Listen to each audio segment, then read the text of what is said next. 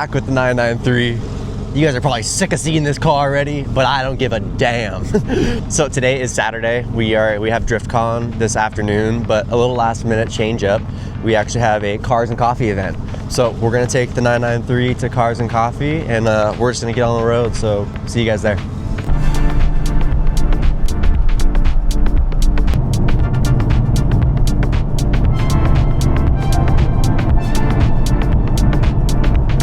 All right, we are about to pull up to Cars and Coffee. I've never been to this one, and neither has Brian. So right now it's like fingers crossed. Ooh, yo, my boy in the R34, who's man's? That was sick. You don't see that too often. I wish I would have flipped the camera around, but I didn't. Fingers crossed that this is gonna be a good turnout. We'll see shortly. Oh, I see Keggy. Oh, there's saying right there. Yeah. Trying to be like you guys. What's up, man? As you guys can tell, we are officially here at Cars and Coffee. Really cool seeing these both side by side. Dude, this is sick. I love everything about this damn car. It just says Z on the back, so I don't know really what this is. But there's like a full-size spare in the back too, which is really cool. Pretty spacious. And there's a super sick Type R here too, which, I mean, come on, white on white. I might be a little biased having white wheels myself, but the white on white, that looks so damn good, especially with like the red accents. That's something I really like with cars. Red calipers, just the small details. Gotta love seeing the TEs on the Brembos and the drilled rotors too. This is super cool. And then the open face lugs too are really clean.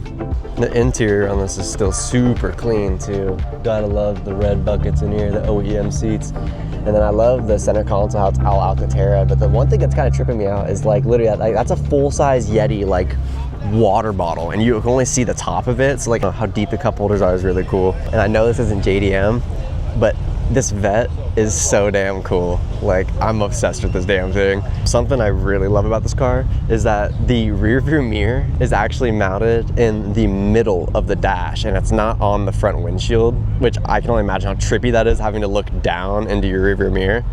And then the other thing I'm gonna point out on this car too is like, look how low the seats are to like the chassis or like the floorboard of the car.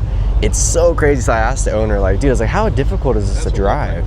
And he made a comment to me saying that he actually changed the steering wheel from the OEM, which used to be like a 17-inch. And then the suspension, obviously, it was like really rough and it made it difficult to drive. Now he says it's a piece of cake to drive. We're gonna take a moment. We're gonna go ahead and talk to the owners of the Cars and Coffee event. Eldon Guerrero and Paulo Rossi here from Mill Creek Cars and Coffee. It's our end of the year meet, Saturday the 27th, along with our big food drive. Yeah, it's been a great year for us this year. We're supporting Mill Creek Food Bank, really excited. We've already filled the truck halfway and it's not even 9:30 yet, so really excited to be here. Great cars, great community. We're so excited to be here. Beyond cars, what's important for us is really bringing the community into it. Paulo and I really took the helm about a year and a half ago, and it's grown exponentially since. Yeah, it's been great. We started from 15 cars in our first meet when we started, and we're now averaging over 100 cars, and I think today we're already at 100. So it's been really exciting to see what the future holds for Mill Creek Cars and Coffee. Yeah, so that was really cool being able to chat with them a little bit. I feel a little shamed I didn't know this yet, but it was actually a food drive event too. So that's really cool, giving back to the community. We're gonna take a little tea break. We're gonna go get some food. Getting food from the Golden Arches. This is Brian's idea, so I just want to clarify I wasn't going to do this. A few moments later. That was good. It was needed. So I'm not going to host Brian for his idea, but it was good. It was good. It was good. But it looks like quite a few more cars have pulled in / are still pulling in. So let's go see if we can find any more cool cars. There are several R34s, dude. We're seeing them everywhere. There's this white one that's over here. It's pretty clean. The body looks pretty clean and white. You guys have seen enough R34s, okay? So I don't need to show you about it, talk about it. As you guys know, like I mentioned earlier about being a JDM nut, this is sick. It's super clean. On the TEs and everything. Nice shiny boy exhaust. We'll find him when he parks. We'll find him when he parks. Hey, I'll tell you right now, you see a two-door F-150, You better stay out the way. He's the one we saw earlier when we were in the car. I'll flash back to that clip. It's like, fingers crossed. Ooh, yo, my boy in the R34. Who? What are you, Dude, that's so sick. I love seeing it in the classic blue, dude. Hey, That's cool. now that is sick. And all it's missing is just that classic livery. I will plug, Nico is the one who taught me about that. I have such a new value and appreciation for those. I love that style. All right, we found the Sylvia. He went ahead and parked over here. I absolutely love this thing. I know, TEs again, but still, they look good. And there's a reason everyone's rocking them, man, okay? Also, the black, I think it's safe to say, Mr. Jazzy Jeff might approve partially, okay? I know the wheels aren't black, so, you know, I don't want to hear it from you if you're watching this. I love seeing like the diversity of cars. All right, before we geek out over that Honda that just parked, Brian spotted this. I didn't even see this guy come in. This 33, white on white. Yeah, baby. This thing is wild looking. It's kind of hard to see the interior, but it's really clean, just OEM interior. This car is registered, so that someone owns this. Someone actually owns this. That's dope. Gosh, I just love seeing the JDM stuff here. When I made that comment about diversity, like even this Mustang over here, dude, this thing is badass. The drilled and slotted rotors. I actually really like the look of this car. The spoiler's dope too, because I like how the spoiler kind of comes up the sides and then there's like that opening down the middle. So I was just talking to the owner here briefly for a second, and he was telling me that this car, literally going like 70 miles on the freeway, can literally break rubber. Like, I'm sorry. That is mental, dude. I can't even fathom the thought of that much power and being able to spin on the freeway going 70 miles an hour. But, oh, that is so sick.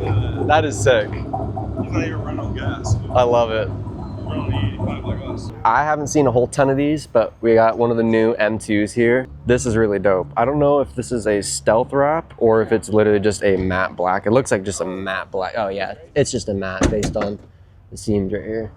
But this looks really cool though. I like seeing the bronze wheels on there, or kind of more of a gold. And then the all carbon trunk. That is super sick. Carbon diffuser. I mean, all of it's really paired nicely. Something that's growing more and more on me though are the taillights. I mean, right now I don't really like the looks of them when they're turned off, but when they turn on, I think it looks really cool and it's like very distinct. So if you saw it at night, you saw the taillights, you would know what it is. Now this is damn clean. I love this. Right side drive too, white on white on the Evos. Oh my gosh, dude. I love seeing these cars more and more when they're all done up correctly and just clean. That OEM plus kind of look, I just really appreciate it. Brian, I just spotted another gem. We're about to see it. I don't want to speak too soon. Okay, this is pretty sick. I mean, it's definitely not in perfect condition, but this S2K. Yeah, it's definitely a wrap. But it looks cool. It's cool. I like seeing like aggressive like side mirrors. That's like track spec AF. I'll tell you that much. For me personally too, like I really like this style of mirror, but I don't have the balls to do it because I like being able to adjust my mirrors and be able to like park super close to curbs and walls. But maybe one day I'll suck it up and I'll just pull the trigger because I think they look super sick. Now this is baller right here. VIP-esque right there. There's a super old Toyota that is like all rusted out, but this is badass. And it's the same thing like you saw in one of the previous vlogs with Ryan, has the fender mounted side mirrors. I still can't get over how trippy that has to look while driving this thing. And I really like this. All silver on silver, very like track spec. And it looks like he actually went ahead and gutted the back as well.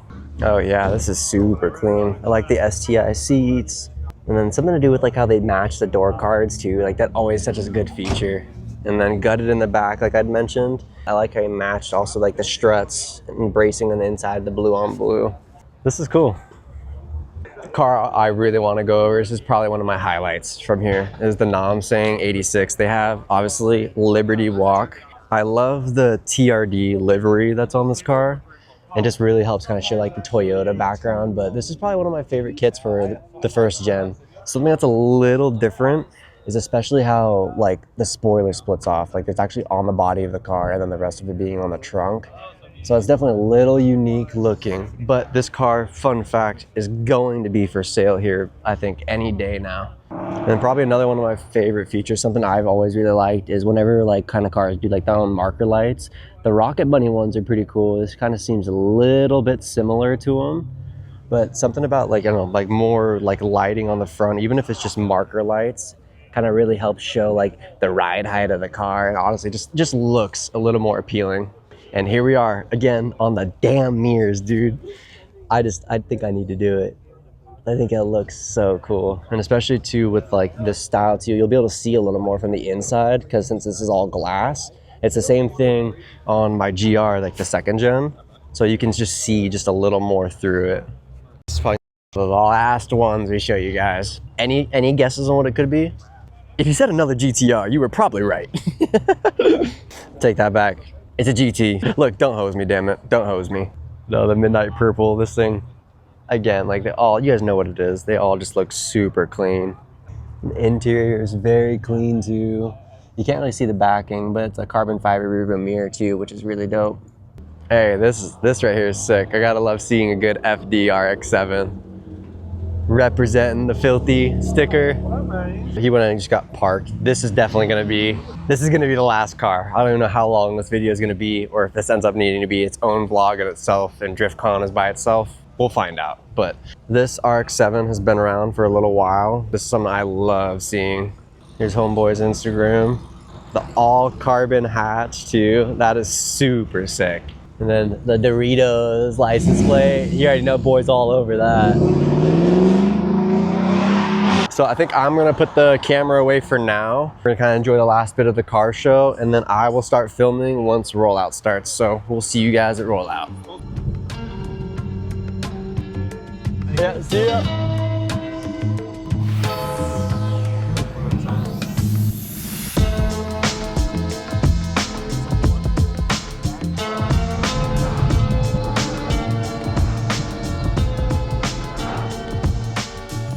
All right, I know I kind of alluded to it just a little bit, but the vlog ended up being a little longer than I expected. I think I got into the timeline. It was like almost an hour, and I was like, yeah, no, we're not gonna do that.